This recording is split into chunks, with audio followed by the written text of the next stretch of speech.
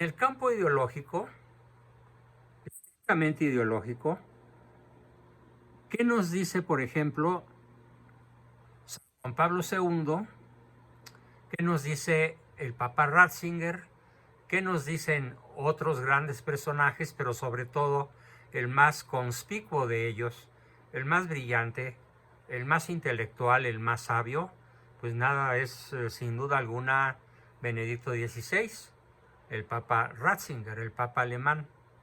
Y él nos dice que este par de personajes vivieron una vida manifestando la última, cito al Papa textualmente, su forma de vida es la última rebelión de la criatura contra su creador, buscando recrearse a sí mismo como si no hubiera sido creado previamente por el creador. Última quiere decir la más grave, la más contundente, la más luciferina, la más rabiosa rebelión de la persona creada contra su creador. Así es como Benedicto XVI describe la ideología de género. Quiero comenzar por platicarles no los detalles periodísticos de la muerte, sí los platicaré más al rato. Yo lo que quiero platicarles primero es a qué se dedicaban este par de señores.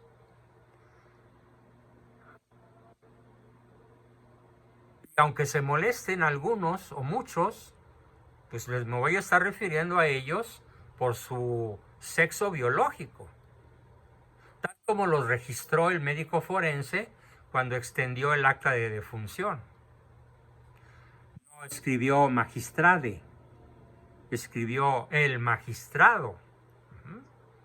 Fue el primero que se atrevió a romper la cadena de idioteces en el sentido filosófico de la palabra idiota, ¿sí? Que es el que cree que sabe pero no sabe, está diciendo idioteces.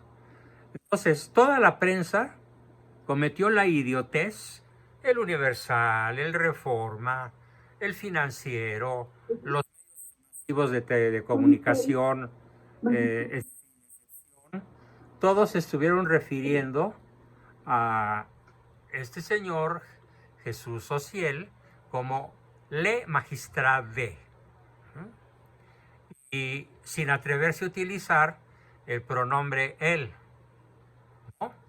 ¿Por qué? Porque en la ideología de género está prohibido el decirles a las personas por lo que son. Lo que exigen ellos es referirnos a ellos por lo que sienten que son, no por lo que son. Por eso es la última rebelión de la criatura contra su creador. ¿A qué se dedicaban este par de señores? Sobre todo Ociel, el magistrado de la Suprema Corte de Justicia o de la Corte de Justicia del Estado de Aguascalientes. Bueno, pues se dedicó toda su vida desde muy pequeño, ya que desde la adolescencia, se dedicó a difundir la ideología de género. A pesar de que la ideología de género es un conjunto de ideas fantasiosas que no se basan en ningún hecho comprobado, por lo que no tiene la ideología de género un sustento científico. Pues a pesar de esta carencia de fundamento científico, él se dedicó a difundir la ideología de género. También utilizó la difusión de la ideología de género, sobre todo siendo ya abogado, siendo jurista y siendo un miembro importantísimo de ese grupo de legisladores en Aguascalientes. Se dedicó a utilizar su postura, su disfraz de mujer, su apostura de mujer, sus labios pintados, su atuendo femenino, su arco iris en una forma de abanico, su túnica, su gasné y cuantos símbolos podía él utilizar para manifestar su ideología, se dedicó a buscar ponerla como una herramienta de control social.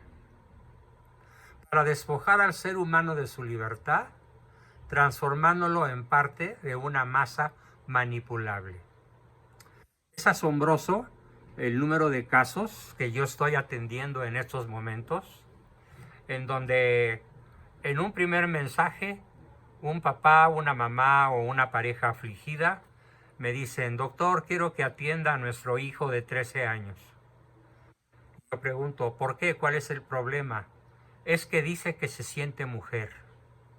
Es que dice que se quiere parecer al magistrade Ociel. Es que dice que nació y creció en el cuerpo equivocado. El nivel de frecuencia con el que se presentan estos casos es el que ocupa el primer lugar en mis estadísticas cuando una familia o un padre o una madre afligidos me piden ayuda para sus hijos. El primer lugar, desplazando a un primer lugar que duró muchos años. Yo era joven y empezaba mi carrera, los problemas eran el alcohol, era el primer lugar. Después el alcohol fue desplazado y duró mucho tiempo por las drogas, marihuana, cocaína, metanfetaminas, etc. Y ahora el primer lugar fue desplazado por la ideología de género. No son opiniones, esto no es una opinión, es un dato duro, es un dato sólido. Esto quiere decir que personas como Ociel, aunque aparentemente no logran avances sociales, sí los obtienen, sí los logran. Ahora bien, al igual que el nazismo y el estalinismo y cualquier otro extremismo, ¿qué es lo que movió a Ociel toda su vida? Hombre, al igual que a su pareja y al igual que cualquier otro personaje que ande por ahí, que tenga adhesión, que quiera imponer la ideología de género, que se sienta vocero de la ideología de género. ¿Cuál es el motor principal? ¿Qué los mueve? A ver, doy 15 segundos para que algún aventado me diga cuál es el motor que los mueve. ¿Alguien lo puede imaginar y decir? Que no sean comprendidos. No. Exhibicionismo. La lujuria, La búsqueda del poder, No. el antropocentrismo, No. El vacío que sienten. En cierta forma todo eso son móviles, pero son secundarios. Hay uno principal y que mueve a todos ellos. Quedó demostrado esto con este reciente doble muerte. El positivismo. ¿No? Llamar la atención. Ya le atinó Leticia Morila. Un aplauso para ella. Leti, ¿de dónde lo sacaste? ¿De tu imaginación? ¿Lo leíste? ¿Lo sabías o lo dedujiste? En efecto, lo que mueve a los ideólogos de género, lo que mueve a Ociel y a su pareja y a todos los que viven y piensan como ellos, es el odio. ¿Qué nos mueve a nosotros? ¿Por qué estamos aquí formándonos? ¿Por qué buscamos llevarnos mejor con nuestra pareja, con nuestro cónyuge? ¿Por qué buscamos educar mejor a nuestros hijos? ¿Por qué buscamos conocer mejor la historia de nuestro país? ¿Por qué buscamos conocer cosas relacionadas con Dios, con nuestra fe, etcétera? Por amor. Por amor. ¿Qué mueve al ideólogo de género? ¿Qué mueve al líder? ¿Qué mueve al ideólogo, al jefe, al que manda, al magistrado como Ociel? ¿Qué lo mueve? Y a todos los que se parezcan a él, los mueve el odio. El odio. María Guadalupe desde su iPhone pone Satanás. Bueno, si consideramos que el estado permanente de Satanás es el odio a Dios, pero sobre todo, lo que más odia a Satanás es la vida humana. Podemos decir entonces que son literalmente, no literariamente, no el lenguaje literario, sino realmente los que odian y mueven su vida por el odio, podemos llamarlos emisarios de Satanás. Sí. Emisarios de Satanás. Entonces, ¿quiénes murieron trágicamente de la manera que voy a narrar al rato? 2 emisarios de Satanás. ¿Por qué? Porque los mueve el odio. ¿Por odio contra quién? Pregunta Rosaura León. Lo acabo de decir. Por odio contra Dios. Por odio contra la obra de Dios. Por odio contra la vida. Ninguno de ellos está abierto a la vida. Y ninguno de ellos puede, siendo varón, embarazar a otro varón. Y ninguno de ellos va a tener una pareja mujer. Porque el día que uno de ellos tenga una pareja mujer, se le van a tirar a la yugular sus compañeros de aventuras homosexuales. Son círculos muy cerrados, son círculos muy celosos de su identidad y sobre todo de la promoción del odio. ¿Contra toda la humanidad? Pregunta Lupita. Sí, Rosaura, sí, contra toda la humanidad. Sobre todo contra el nonato, contra la niñez, contra los jóvenes que todavía conservan su inocencia o su virginidad. Y el ideólogo de género se dedica a buscar de qué manera los pueda pervertir. Por ejemplo, ¿a qué se dedicó a lo largo de toda su vida Osiel?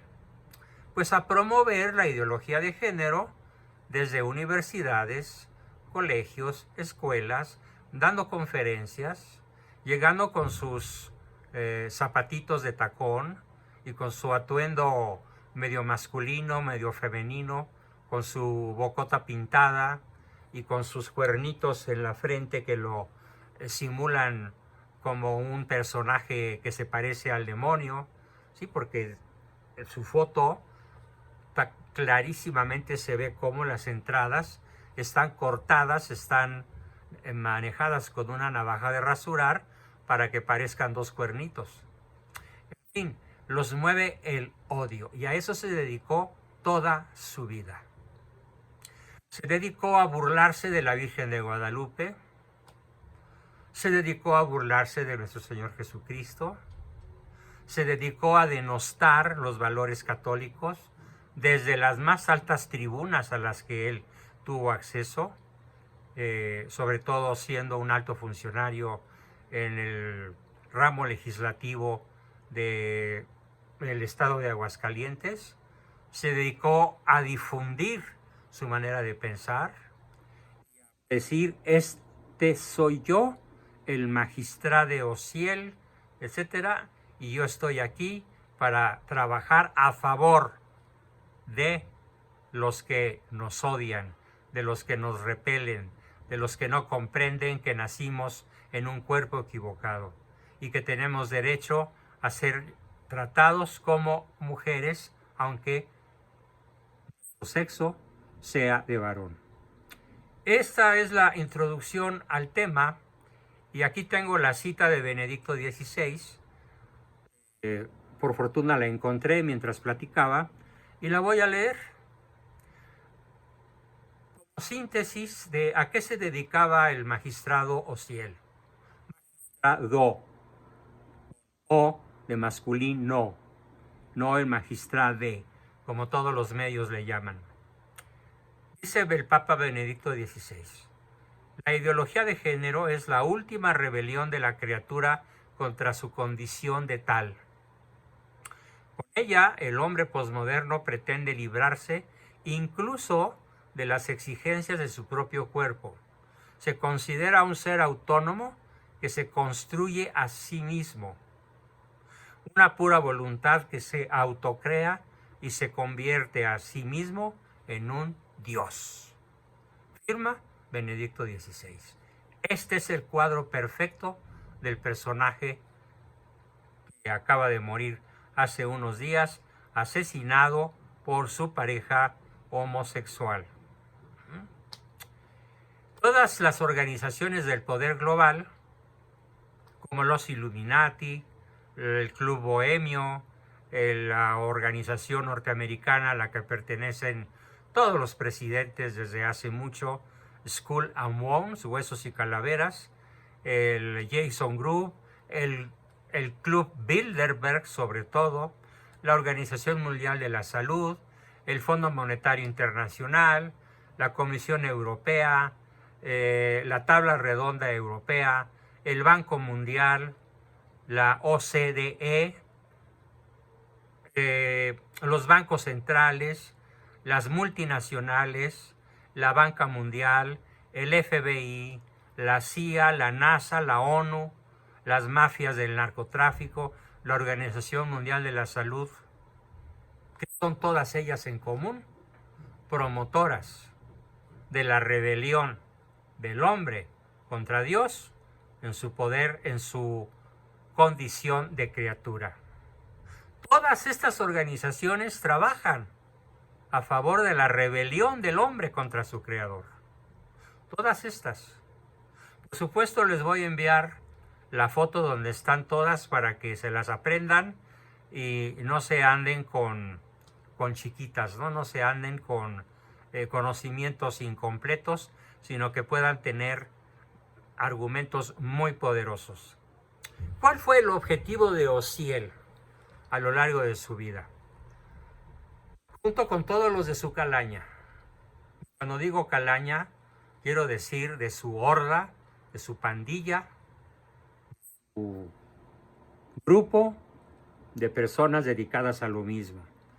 Su objetivo es lograr una reingeniería social mediante la deconstrucción marxista de la cultura y la destrucción de la familia. Se sirven del poder coercitivo de los gobiernos masónicos para imponer una falsa ética subversiva contraria al interés de los ciudadanos. Es patrocinada por el poder político de los organismos internacionales y por los intereses financieros y espirituales de la élite antinatalista ambientalista global. Sus 5 enemigos a destruir. O sea, Osiel tuvo 5 enemigos a los que dedicó con odio a destruir durante toda su vida, el último día de su vida. ¿Cuáles son esos 5 enemigos a los que él odió junto con todos los de su pandilla? 1, la vida humana. 2, la familia. 3, el matrimonio natural. 4, la Iglesia Católica. 5, la patria. La patria donde haya nacido, en el caso de Osiel, pues la patria mexicana. Porque se burló de la bandera, se burló de los significados originales de la bandera, ultrajó a la Virgen de Guadalupe, ultrajó y se burló de la Sagrada Eucaristía, llamándonos caníbales a los que comemos el cuerpo de Cristo. Bien. Este rompecabezas se integra por tendencias tan dispares como el iluminismo, el posmodernismo, el psicologismo freudiano, el evolucionismo de Taylor, Morgan y Darwin, con todas las derivaciones de esa teoría que nos hablan de un progreso indefinido. Sí, Osiel decía que solamente la sociedad transgénero, solamente la sociedad librada de la tiranía homoparental, del patriarcado que tenemos los varones que dirigimos una familia, cuando esto se lograra destruir gracias a la ideología de género, íbamos a lograr como humanidad un progreso indefinido. Y un día, un sacerdote cuyo nombre no recuerdo, se atrevió a preguntarle a Osiel en un programa público: oiga, don Osiel, y entonces si va a haber un progreso indefinido, ¿Me quiere usted explicar quién es el que va a encargarse de que nazcan niños para que haya un progreso indefinido y se prolongue la humanidad? En esos momentos, Osiel se levantó, lo insultó con las peores groserías que pudo haber dicho y se fue. Yo llegué a tener ese video, pero luego los de la comunidad LGTBI y X y Z que se junten de aquí a diciembre, lo borraron y nunca más logré volverlo a ver. Así como borraron el mío. La pasada, borraron un video mío de 7 minutos y medio, en donde explico que el naturalismo anticreacionista de la ONU ya llegó a las aulas del kinder de nuestros niños. Y hay la orden de pervertirlos y de comenzar a enseñarles todas las posibles combinaciones que brinda la ideología de género. Bien, ya mencioné, entre otras muchas, al Banco Mundial, a la ONU, al Fondo Monetario Internacional, a la Organización Mundial de la Salud. Más o menos estamos hablando de unas 300 organizaciones. Algunas de altísimo nivel, como la ONU, nivel máximo, como la OMS, Organización Mundial de la Salud, como el Banco Mundial, y otras medias y otras no tan importantes. Rosaura dice que ella sí vio el video, qué bueno, pero ya no existe, ¿verdad, Rosaura? Ya, si lo quieres ver ahorita, ya no se puede. Bien.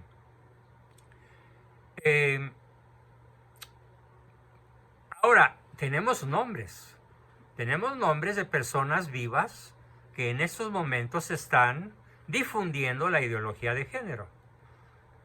Probablemente los nombres que voy a decir son los más importantes, pero ya están siendo suplantados por sus hijos y por sus nietos, por sus herederos naturales. Ahorita el más poderoso de todos es George Soros, de la Open Society Foundation. Nelson Rockefeller, de la Fundación Rockefeller. Jay Coleman, del banco alemán Deutsche Bank. Jeffrey Siminoff, de una banca que se llama Morgan Stanley. Y desde luego el innombrable, miserable, corruptor Bill Gates, con su fundación Bill y Melinda Gates, que se dedican a transferir dinero a los grupos abortistas y a los gobiernos abortistas. Bueno, el colmo ha llegado a la Iglesia Católica. Será un tema que después veremos. En Europa, por ejemplo, concretamente en Holanda, si una diócesis se manifiesta pro vida, los jefes de la diócesis, el arzobispo holandés de más alto nivel, ¿qué creen que hace?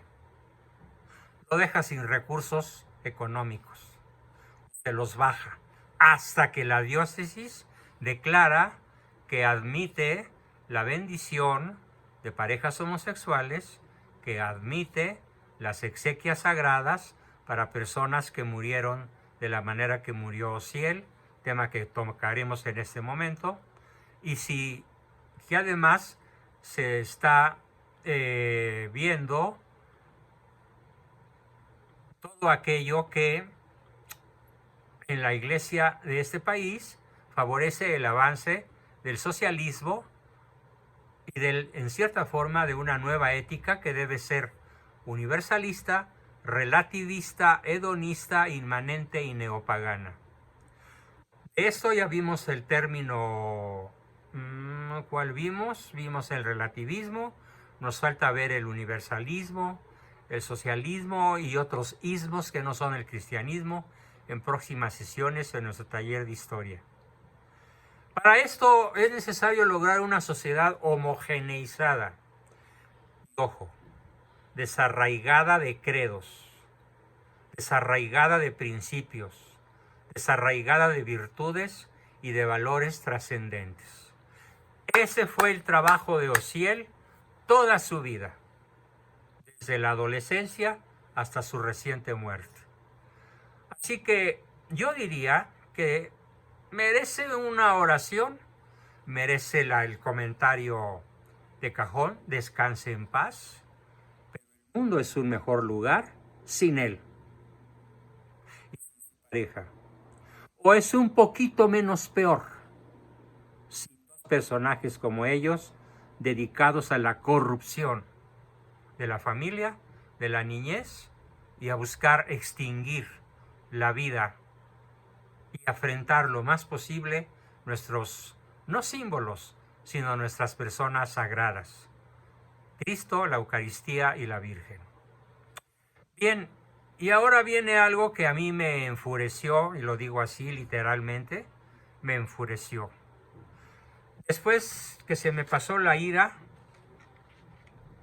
la cual no hice nada, no hablé, no escribí, no vociferé, no insulté, nada más dejé que se me pasara haciendo una intensa oración que probablemente duró un par de días, porque me enteré de que el señor arzobispo de Aguascalientes y otros sacerdotes se llevaron o permitieron que los familiares metieran los dos cuerpos de estos sujetos.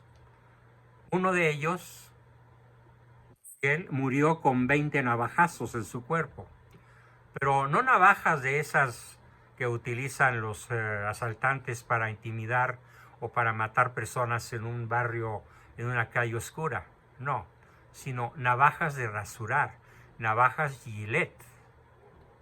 Pero lo que pretendía el asesino, que además estaba cargadito de metanfetaminas, era cortarle la yugular a Osiel. Finalmente, con el navajazo número 20, logró cortarle la yugular y por lo tanto murió desangrado. Y entonces, según el parte de la Procuraduría, el asesino subió al piso superior, tomó otra navaja de rasurar, bajó, chapoteando la sangre de su víctima, por eso se pudo reconstruir con facilidad, y delante del cadáver de su víctima, de Osiel, él mismo se hizo un corte de lado a lado, cortándose la garganta y la yugular, y por eso los enormes charcos de sangre que cubrieron varios metros cuadrados llenaron el lugar donde el par murió. Este par de personas murió de la manera más espantosa, más trágica que podamos imaginar. Bien, esto está comprobado por videos, está comprobado que no pudo llegar otra persona, que no entró otra persona, porque ahora los grupos claman que fue un crimen de odio, que alguien se metió, que alguien los mató por ser del movimiento LGTBI, pero los fiscales han sido muy rudos, los noticieros serios como el de Ciro Gómez Leiva también han sido muy contundentes y han señalado que todo hace coincidir de manera contundente e indudable que Dorian Daniel, así se llama el asesino, Dorian Daniel fue el único que pudo haber matado a Osiel y de hecho así fue como lo hizo. Se destacó que gracias a las cintas logradas, a los videos rescatados, la Fiscalía Estatal determinó con absoluta certeza que nadie más llegó al domicilio en la noche de ambas muertes. El certificado de defunción se detalló que la hora estimada fue a las 2:30 de la mañana del 13 de noviembre, hora y media después de que ambos entraron juntos al departamento donde ocurrió la tragedia. Bien, lo que me indignó, muchos se han de estar preguntando, ¿y qué fue lo que indignó tanto a Juan Bosco? Bueno, pues que el par de cadáveres fue llevado a la Catedral de Aguascalientes y un grupo de sacerdotes celebraron exequias, celebraron ritos sagrados, celebraron misa de cuerpo presente y agárrense, con la bandera gay cubriendo los dos féretros delante del Santísimo. Eso fue lo que me enfureció. Esa es la última rebelión de la criatura contra Dios, contra su creador.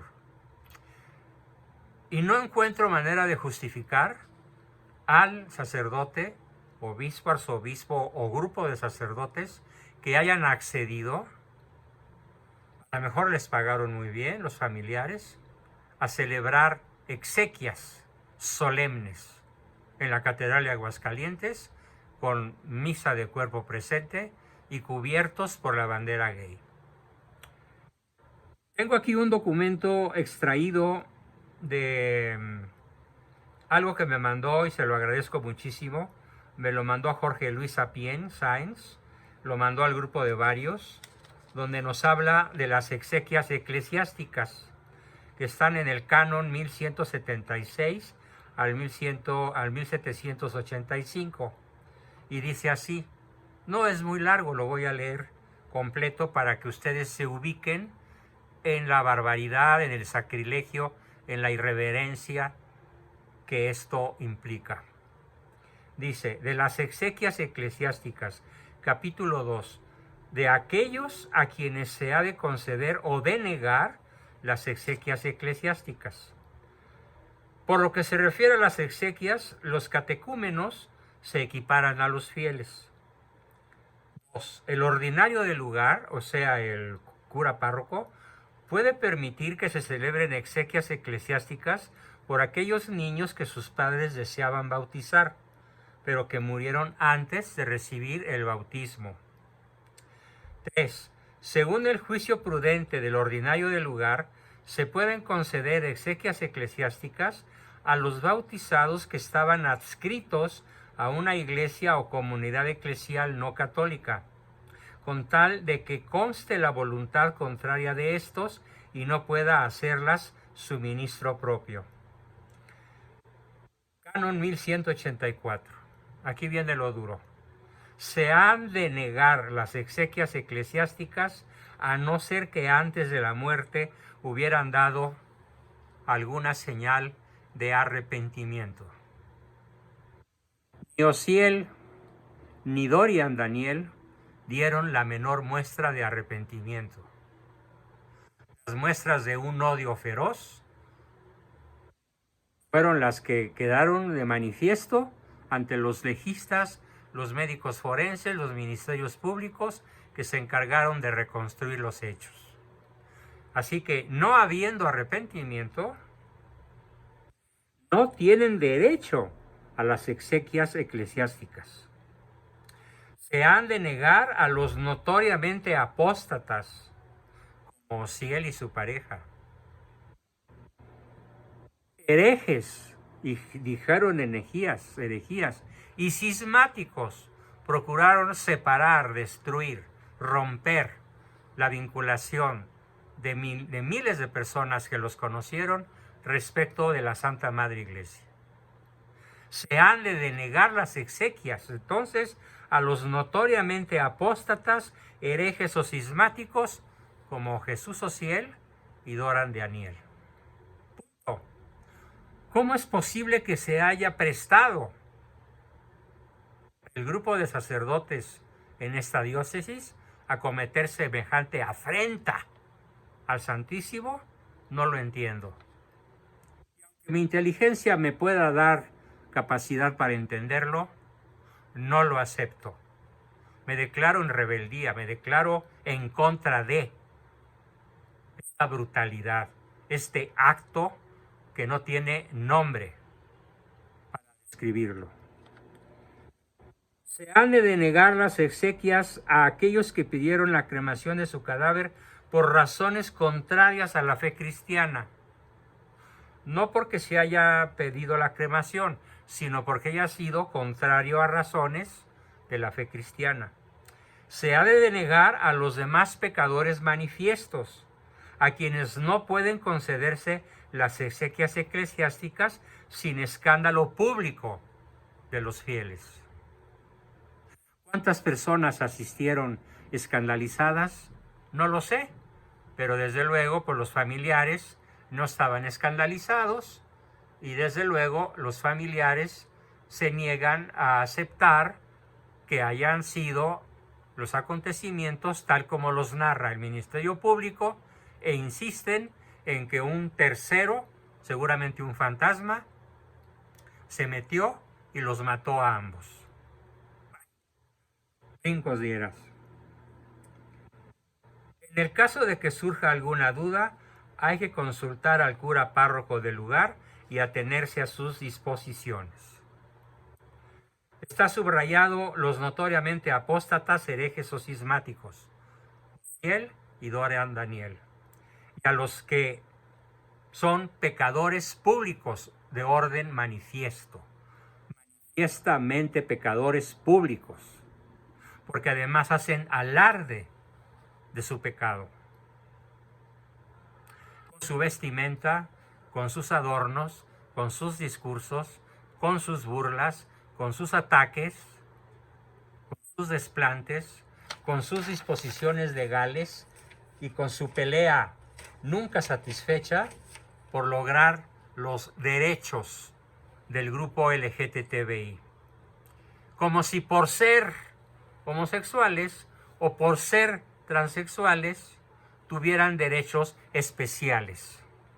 Bueno, en ese caso, yo podría decir, los Abascal, por ser Abascal, tenemos derechos especiales. Y me voy a pasar la vida exigiéndole a las autoridades del lugar donde vivo que me concedan derechos especiales porque me apellido como me apellido. Y además, mi abuelo fue jefe cristero. Y además, mi padre fue el fundador del sinarquismo. Y nosotros somos una familia muy especial. Necesitamos derechos especiales. ¿Qué estupidez tan solemne sería esa? ¿Qué acto de soberbia tan inaudito? Bueno, pues los grupos LGTBI quieren adquirir derechos especiales por ser lo que son. Según ellos, mujeres encerradas en el cuerpo de un hombre u hombres encerrados en el cuerpo de una mujer. Porque se dan los dos casos. Desde luego, uno de los argumentos más poderosos pues es el que nos da el Papa Ratzinger, pero también otro argumento muy poderoso nos lo da la ciencia.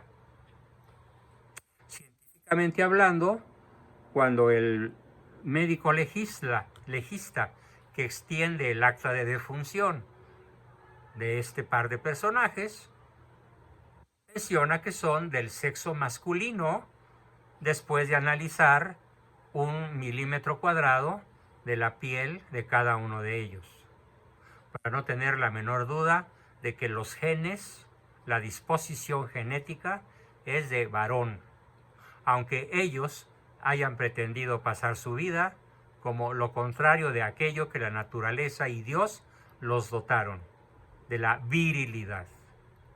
Bien, pues con esto termino la exposición del día de hoy y espero sus nutridas preguntas, aportaciones, dudas, cuestionamientos, etcétera, para enriquecer nuestros argumentos en un mundo que nos quiere pervertir, que nos quiere confundir, en un mundo que nos quiere llevar a la máxima rebelión contra nuestro Creador, constituyéndonos a nosotros mismos en el sueño dorado de la masonería, que es convertirnos en Dios.